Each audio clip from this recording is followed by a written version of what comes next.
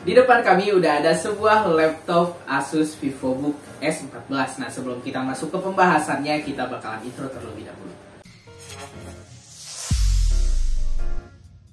Yo, halo guys, welcome back again to Masnan Techno. Jadi kali ini kita bakalan bahas Asus VivoBook S14 S433EQ.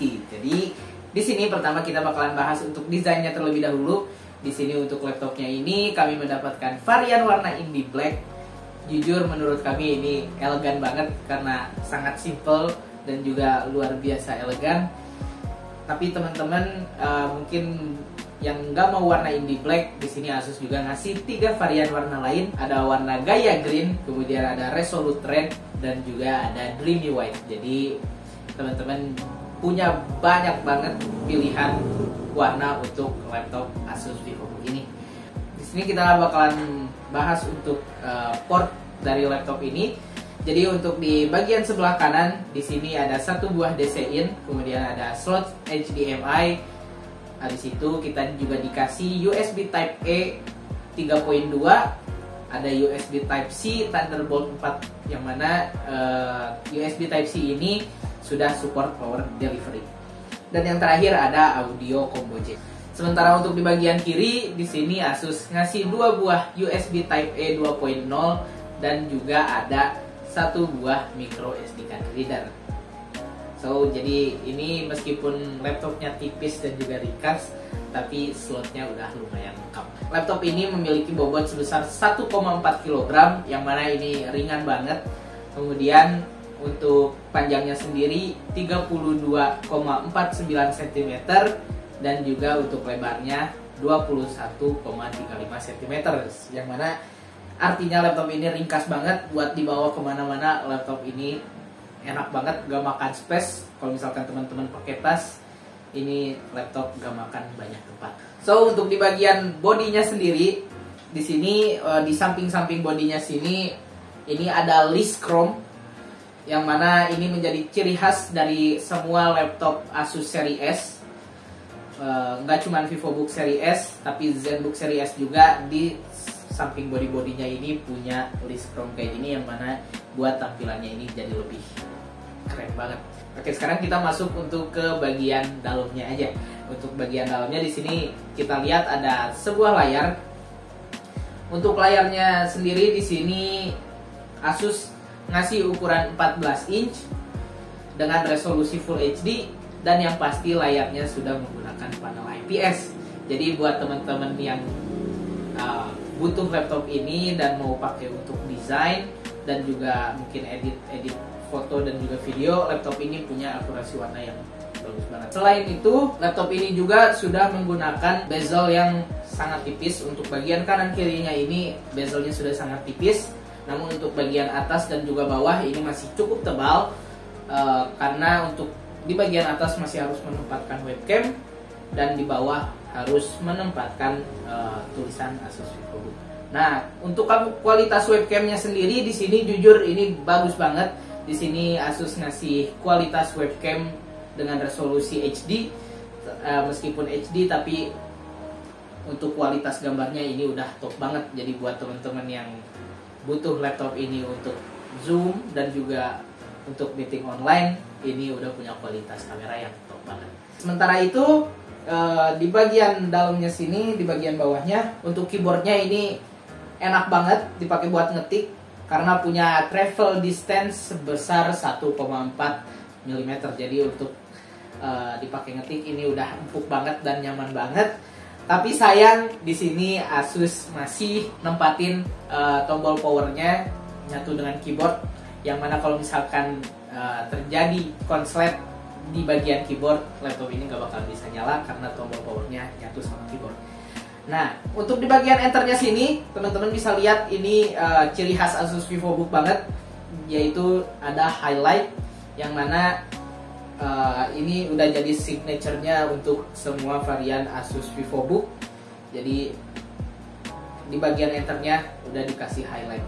Kemudian laptop ini juga keyboardnya sudah dilengkapi dengan backlight 3 level. Jadi buat teman-teman yang mungkin kadang kerja di tempat yang gelap, laptop ini punya backlight keyboard yang sangat membantu. Sementara itu untuk di bagian touchpadnya, untuk bagian touchpad ini solid banget dan juga sangat presisi. No comment pokoknya untuk touchpadnya. Dan di pojokan touchpadnya ini sudah dilengkapi dengan sensor fingerprint, yang mana buat teman-teman yang punya bisnis pakai laptop ini untuk keperluan bisnis, datanya bakalan aman banget.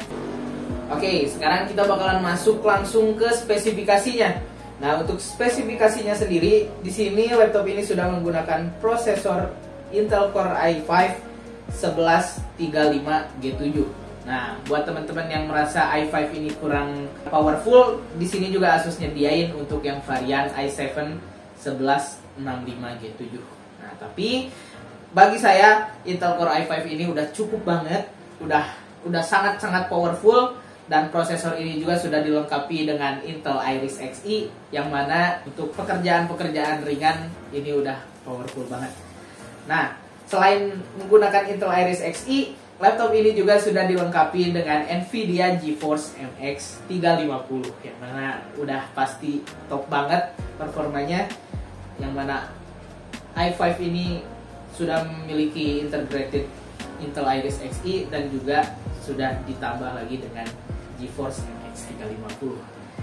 Nah, kemudian untuk memori RAM-nya sendiri, di sini Asus ngasih RAM sebesar 8 GB 3200 MHz DDR4. Kemudian untuk penyimpanannya Asus ngasih 512 GB PCIe SSD. Jadi yang mana laptop ini udah cepet banget. Jadi teman-teman gak perlu takut laptop ini lemot karena sudah pakai SSD. Oke, sekarang kita masuk aja untuk performa dari laptop ini. Kita juga udah tes sendiri tadi di Cinebench R15. Untuk skor CPU-nya di sini kita dapetin skor sebesar 303 CB, yang mana itu udah oke banget. Dan untuk tes gamingnya teman-teman bisa langsung lihat aja.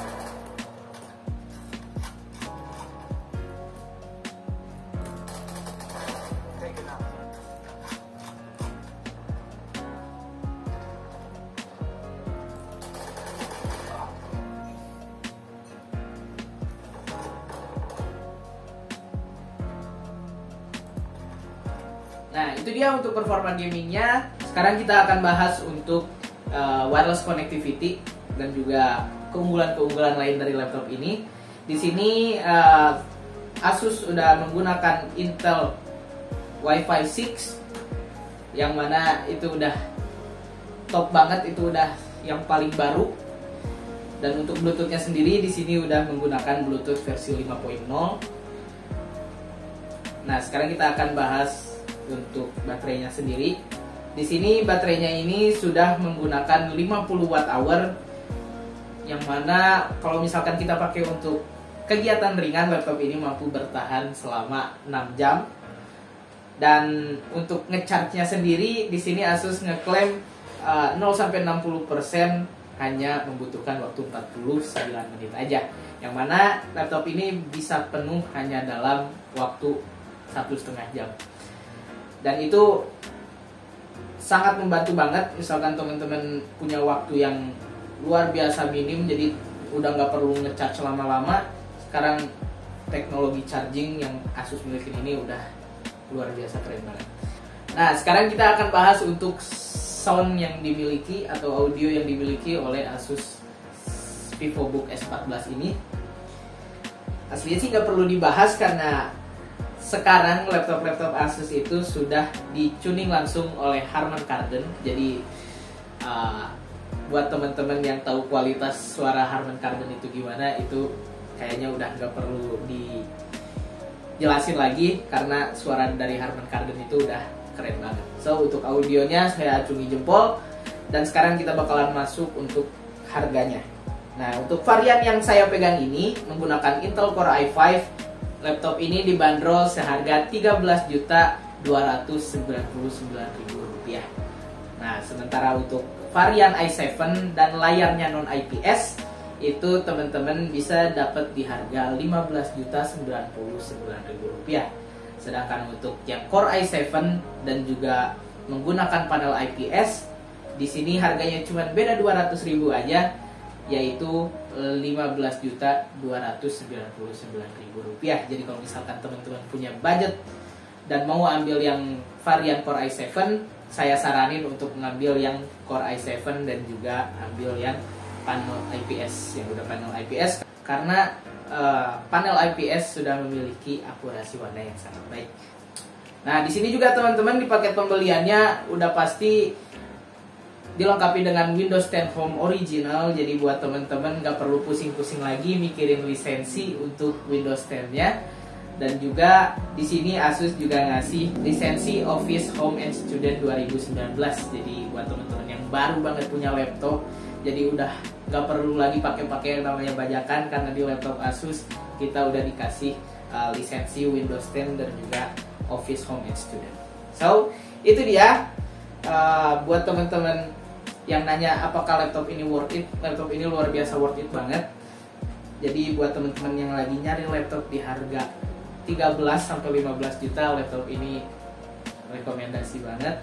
Mungkin itu saja. Buat teman-teman yang suka, jangan lupa di like, jangan lupa di komen, dan jangan lupa di klik tombol subscribe. See you at the next video. Bye bye.